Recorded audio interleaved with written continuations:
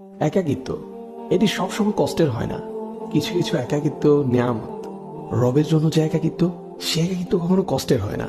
হৃদয়টা ভেঙে আজ চুরমার। কোথাও কোনো আশার আলো নেই, চারদিকে ঘুটঘুটে অন্ধকার। কোথাও কেউ নেই। জায়না মাঝে বসে অশ্রু ঝরাচ্ছি, সেই অশ্রু এসে সান্ত্বনা দিচ্ছে।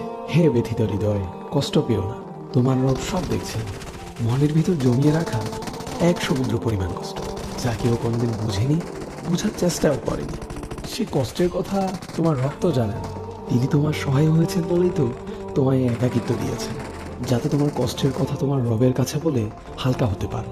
তোমার দুশ্চিন্তার কথা রবকে বলে নিশ্চিন্ত হতে পারো। হে ব্যথিত হৃদয়, তুমি কি জানো না তোমার রব যে অসম্ভবকে সেকেন্ডের মধ্যেই সম্ভব করতে পারেন? তাহলে একাকিত্বকে তুমি কেন ভয় পাও? যে একাকিত্ব তোমায় বারবার রবের দিকে নিয়ে যায়, রবকে স্মরণ করিয়ে দেয়।